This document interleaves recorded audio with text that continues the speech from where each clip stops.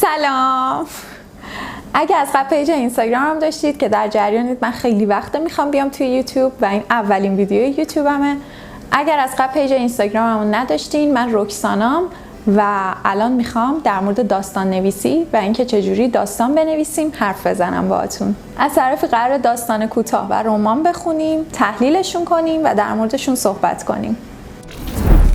دو تا منبع مفصلی که قبلا توی ویدیوهای اینستاگرامم بهتون معرفی کردم برای اینکه داستان نویسی رو شروع کنید، ادبیات داستانی و عناصر داستانه که جمال میرصادقی نوشته.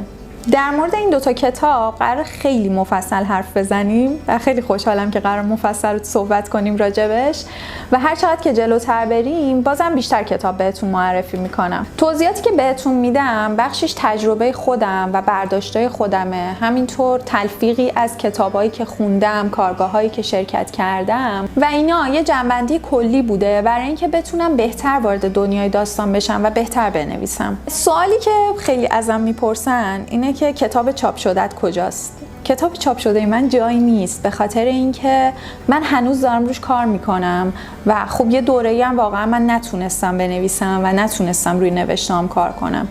توی روند نوشتن این خیلی طبیعیه و به عوامل خیلی مختلفی بستگی داره که جلوتر که بریم خیلی دوست دارم باهاتون حرف بزنم در موردش، چون واقعا یه قضیه هست که برای نویسنده اتفاق میفته و اون خشک قلمه و براشون خیلی دردناکه که نتونم بنویسم. مثل همون حالت ریدینگ اسلامپه که آدم نمیتونه کتاب بخونه دیگه و خب خیلی سخته، آدم حس بدی پیدا میکنه، بعد با خودش میگه من این همه تلاش کردم کجا رفت، چرا الان نمیتونم بنویسم. و یه مسئله دیگه هم که وجود داره اینه که خب برای اینکه اثری چاپ بشه، قطعا همه ما میدونیم چاپ کردن یه اثر واقعا خیلی کار سختی نیستش و ما میتونیم حالا یه ناشر پیدا کنیم، اثرمون رو بهش بدیم. خیلی از ناشرها هستن که میتونن آثار ما رو چاپ کنن، اما اینکه چه اثری چاپ میکنیم و چه اثری هست که راه خودش رو میره خیلی مهمه. اگه بخوایم ادبیات داستانی رو از اولش تا شکلی که امروز در اومده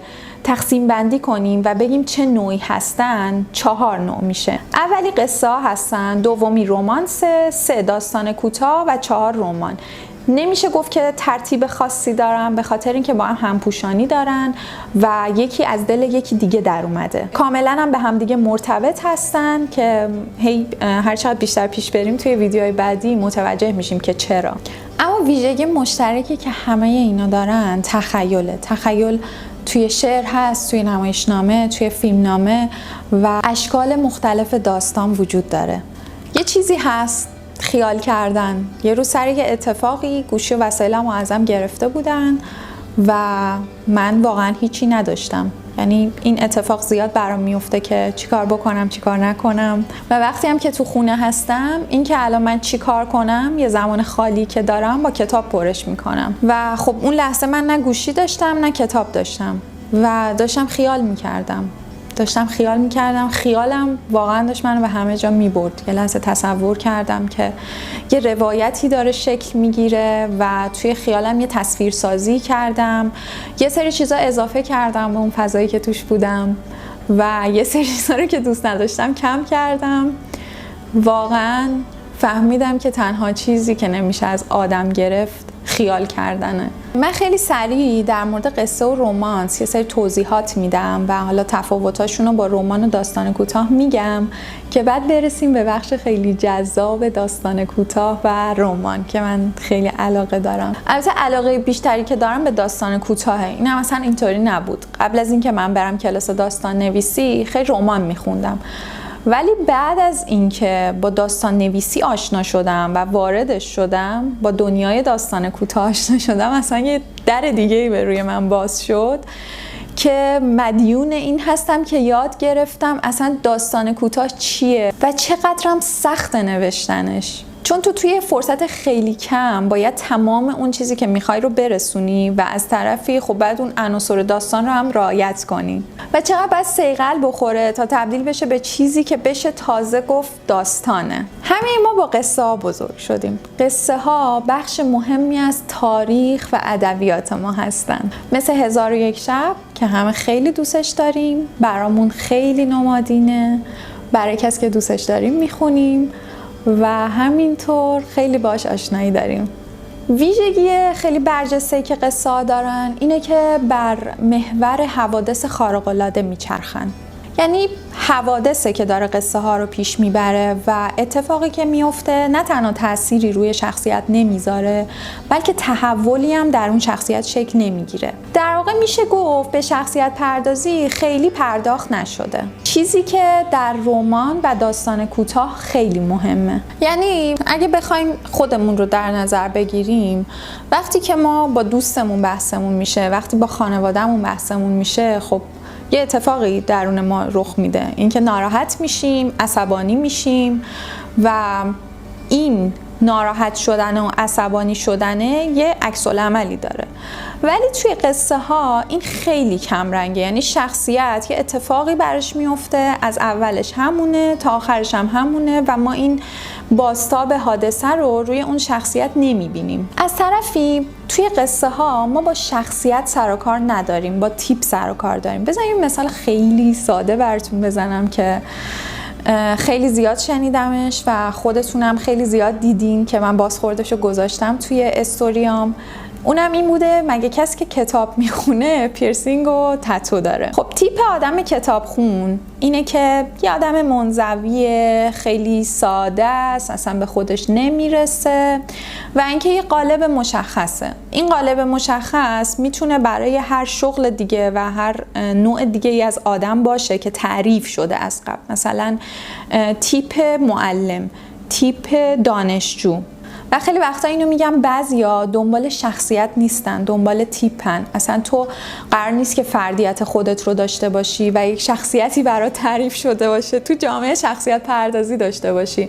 باید یه چیزی باشی که قالب مشخص کرده و شبیه بقیه باشی و دقیقاً ما توی قصه ها همینو داریم. من واقعا فکر میکنم یه بخشیش هم به همین فرهنگ قصه خوانی برمیگرده، اینکه ما خیلی با قصه ها عجینیم و آدما دوست دارن قهرمان دیدن رو و اون کسی که میبینن شبیه تصوراتشون باشه، شبیه اون قالبی باشه که جامعه تعریف کرده و اگه یه ذره از این قالب بره بیرون انگار که تصوراتشون خراب شده و این به هم ریختن ذهنیت و تصوراته که آدما رو اذیت میکنه به نظرم. از طرف دیگه توی قصه ها هیچ میانه‌ای نداریم، یعنی همه چیز خیلی صفر و صدیه. شخصیت‌ها یا خیلی خوبن یا خیلی بدن، یا فرشتن یا اهریمنن. و واسه همینه که میگم به شخصیت پردازی و جنبه‌های روانشناختی به اون صورت پرداخته نشده و همه این اتفاقات منجر میشه به این که شخصیت‌ها صدای خودشون رو نداشته باشن.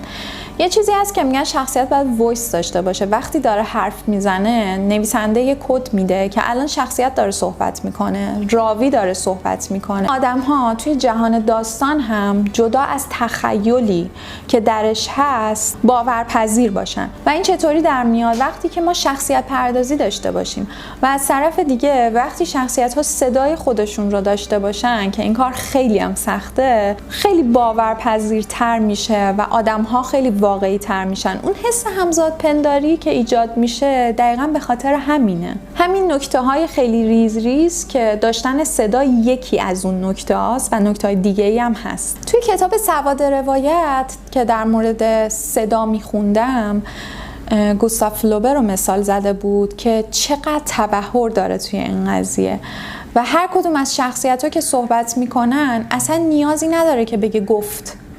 وقتی که راوی داره صحبت میکنه کاملا مشخصه و ما متوجه میشیم اون راویه که داره برای ما یه چیزی میگه. وقتی که یه شخصیتی حرف میزنه باز کاملا مشخصه که کدوم یکی از شخصیت‌ها دارن صحبت میکنن.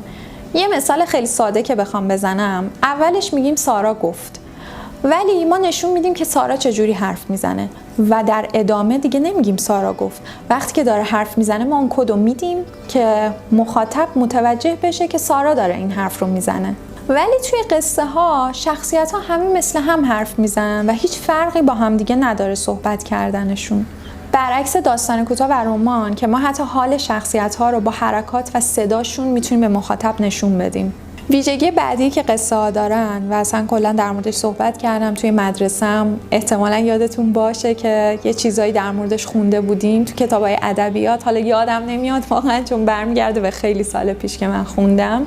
فقط واژه خرق عادت رو یادم مونده و دقیقاً این همین ویژگیه که قصه ها دارن. یه سری اتفاق ممکنه توی قصه ها بیفته که از قبل هیچ بستری براش فراهم نشده، هیچ جهانی براش ساخته نشده که برای آدم امروز باورپذیر باشه جدا از جنبه سرگرم کننده بودنش. یه چیزی که از گذشته داره یادم میاد اینه که یکی از هنرجوام خیلی بامزه بود، آرمینا، و خیلی هم با استعداد بود. بعد اینا رو که داشتم براش توضیح میدادم داشت یادداشت میکرد و اینا، بعد وسطش برگشت بهم گفت که آها فهمیدم تو با قصه ها مشکل داری. نه، من با قصه ها مشکلی ندارم، فقط دارم تفاوتش رو میگم که اگر علاقه داشتین قصه بنویسید اینها ویژگیاشه. و خب قطعاً قصه ها برای ما خیلی عزیزن به خاطر اینکه باهاشون بزرگ شدیم، باهاشون خاطره داریم و بستری بودن برای اینکه ما عاشق خوندن بشیم. خلاصه که توی قصه ها ممکنه یه سری اتفاقات ناگهانی بیفته که ما چرایی اون رو نمیدونیم و از اونجایی که پیرنگ یکی از کاربرداش اینه که چرایی اتفاقاته، پیرنگ قصه ها مثل داستان کوتاه و رمان محکم نیست. توی کتاب ادبیات داستانی برای این توضیحاتی که گفتم خیلی مثال هست که میتونید اون مثالا رو بخونید و کاملا براتون روشن بشه. هنوز خیلی برام روشن نیست که ویدیوامو چجوری باید تموم کنم، ولی اگر این ویدیو رو دیدین چنلمو سابسکرایب کنید. خیلی ذوق دارم که دارم این حرفو میزنم و پیج اینستاگراممو دنبال کنید.